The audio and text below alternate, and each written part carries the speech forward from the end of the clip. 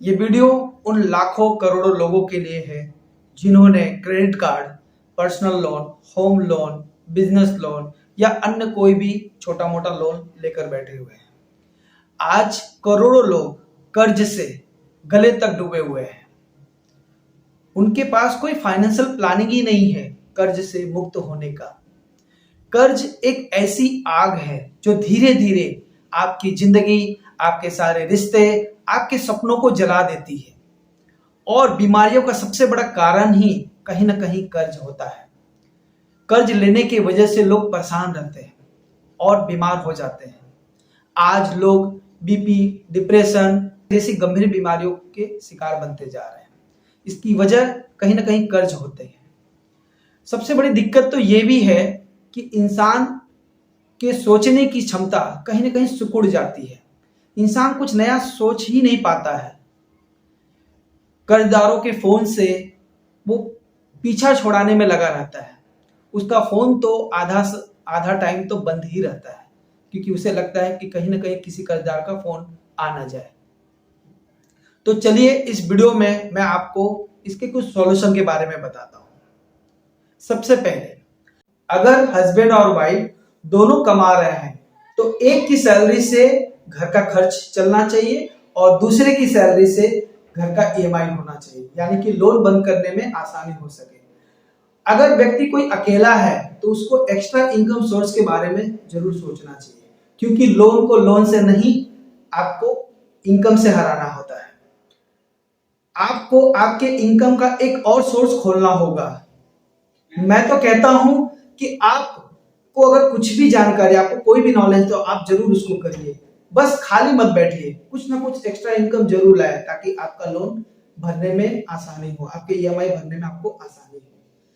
दूसरा पॉइंट, अगर आपके पास कहीं से कोई पैसा आता है, जैसे कि आपने कोई प्रॉपर्टी बेचा हो, या आपके पास कोई कंपनी से कोई बोनस पाया हो, कोई एलआईसी का पैसा आपका आया हो, या कोई अदर सोर्स से आपको पैसा मिला हो, तो सबसे पहले उस लोन को बंद करने के बारे में सोचें। क्योंकि अगर आप उस लोन को बंद कर देते हैं तो कहीं ना कहीं आप उस टेंशन से मुक्त हो जाते हैं। उस पैसे को फिजूल खर्चे में मत इस्तेमाल करिए। तीसरा पॉइंट, अगर आप जितने भी आपके लोन चल रहे हैं, सबसे पहले आप एक डायरी या फिर एक्सेल शीट में सारे लोन को, सारे इंटरेस्ट और रेट ऑफ इंटरेस्ट को, सारे चीजों को आप उसमें साफ साफ लिखिए। सबसे पहले ये लिखिए कि आपके कितने लोन चल रहे हैं, यानी personal loan, credit card, home loan, business loan, education loan, जो लोन चल रहा है उसको आप एक बारीकी से लिखते जाइए। जिसका रेट ऑफ इंटरेस्ट सबसे ज्यादा है उसको सबसे ऊपर लिखिए, यानी सबसे पहले हाईलाइट करिए कि मुझे इस लोन को पहले बंद करना है, क्योंकि यही मेरा टेंशन का कारण बन रहा है। क्योंकि उसका रेट ऑफ इंटरेस्ट ज्यादा है तो आपको ज्यादा इंटरेस्ट देना पड़ रहा है, इसलिए आप उसको सबसे पहले बंद करिए। चौथा पॉइंट, अगर आपने छोटे छोटे कर्जे ले रखे हैं, अगर आपने किसी से छोटा छोटा, जैसे एग्जांपल के तौर पे आपने 10-20 हजार रुपया किसी से ले रखा है, तो सबसे पहले आप उन कर्जों को दूर करिए। इससे आपका कॉन्फिडेंस बढ़ेगा। आपको ये ऐसा फील होगा कि मैं कर्ज भर सकता हूं और आपका मार्केट वैल्यू भी बना रहेगा। आप चुप मत बैठिए, बात करिए, क्योंकि कर्ज जो व्यक्ति लेता है वो कहीं ना कहीं साइलेंट मोड पर चला जाता है। वो हमेशा अकेला रहता है, ना किसी से बात करता है, हमेशा गुमसुम सा रहता है। इसलिए आप बात करिए, ऐसा आपको नहीं करना चाहिए। जब कर्ज सिर के ऊपर से चढ़ने लगता है, ईएमआई देना मुश्किल हो जाता है, तो आप बैंक के पास जाइए, उससे भागिए मत, क्योंकि बैंक कोई दुश्मन नहीं होता। पांचवा पॉइंट, आपको इमरजेंसी फंड बनाना पड़ेगा, क्योंकि अचानक खर्च आने पे आपको कोई दूसरा कर्ज ना लेना पड़े, इसलिए आप पहले से इन्वेस्टमेंट पर फोकस करिए, जैसे कि SIP, mutual fund, FD, RD, health insurance, इन सब चीजों पे पहले से आप तैयारी करिए। उसमें भी हेल्थ इंश्योरेंस तो जरूर करवाएं, क्योंकि आपके अगर हेल्थ इंश्योरेंस कराने से आपके आज की तैयारी कल के कर्ज से मुक्ति दिला सकती है। देखो दोस्तों, दो चीजें तो तय है, अनसर्टेनिटी और एक्सपेंशन, यानी कुछ भी, कहीं पे भी कुछ भी हो सकता है और उससे बड़े खर्च भी आते हैं। यानी अगर अचानक कुछ भी हादसा हो जाता है तो उसके पीछे आपके बड़े खर्च आते हैं। और उसके वजह से आपकी फैमिली की जरूरी चीजें जैसे कि बच्चों के फीस, आपके घर का खर्च, सब कुछ रुक जाता है। छठा पॉइंट, घर में आपके ऐसे कितने पुराने सामान होंगे जिसको बेचने से कर्ज की आजादी से आपकी पहली सीढ़ी बन सकती है। यानी 2-4 ईएमआई का जुगाड़ तो आपको यहीं से मिल जाता है, जिससे आगे के लिए आपका रास्ता साफ हो जाता है, यानी आपको समय मिल पाता है।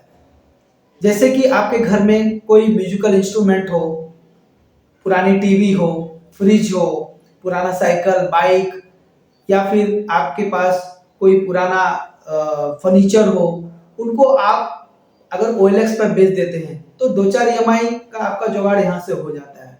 इनको बेचने से आपके लिए ये बेनिफिट होता है कि आप फ्यूचर में इनको दोबारा ला सकते हैं अगर आप टेंशन से मुक्त हैं तो आप पुरानी चीजों को बेच के भी ईएमआई को क्लियर कर सकते हैं।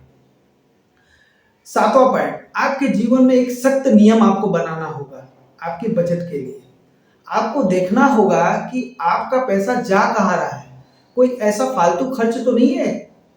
अगर ऐसा कोई फालतू खर्च है उसको आपको तुरंत बंद करना होगा, तो आपको उसके ऊपर फोकस करना होगा। जैसे कि गेमिंग ऐप आपको करोड़पति नहीं रोडपति बनाने के लिए बना होता है।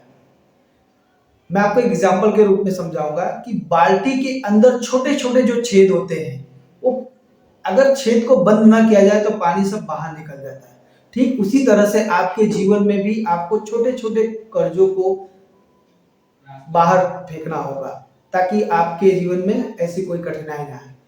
ठीक है, अगर आपको आपकी जिंदगी दोबारा सुधारनी है तो फैंसी लाइफ से नहीं, फोकस लाइफ से आपकी जिंदगी दोबारा सुधरेगी। तो इसी के साथ मैं आपसे विदा लेता हूं। ऐसे ही किसी अलग टॉपिक पे हम फिर बात करेंगे। तब तक के लिए नमस्कार, जय हिंद, जय भारत।